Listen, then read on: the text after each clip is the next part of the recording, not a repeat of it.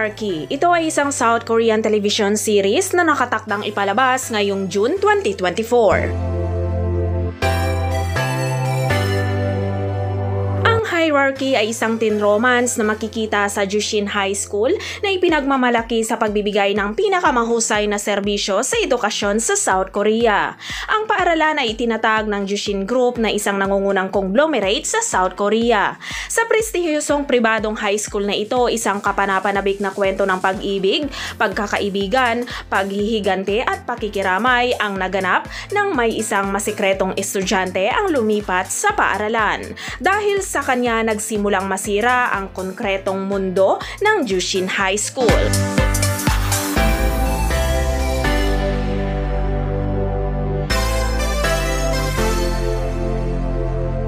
Si actress Ro Jong-i ay gumanap bilang Jung Ji-e. Siya ang panganay na anak na babae ng Jeol Group na isang karibal ng Jushin Group at siya ang reyna ng Jushin High School.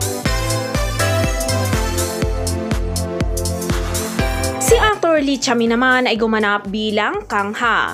Siya ay isang transfer student sa Jushin High School na nagtago ng sekreto sa likod ng kanyang kaaya-ayang ngiti. Dahil sa kanya nagsimulang masira ang konkretong mundo ng Jushin High School.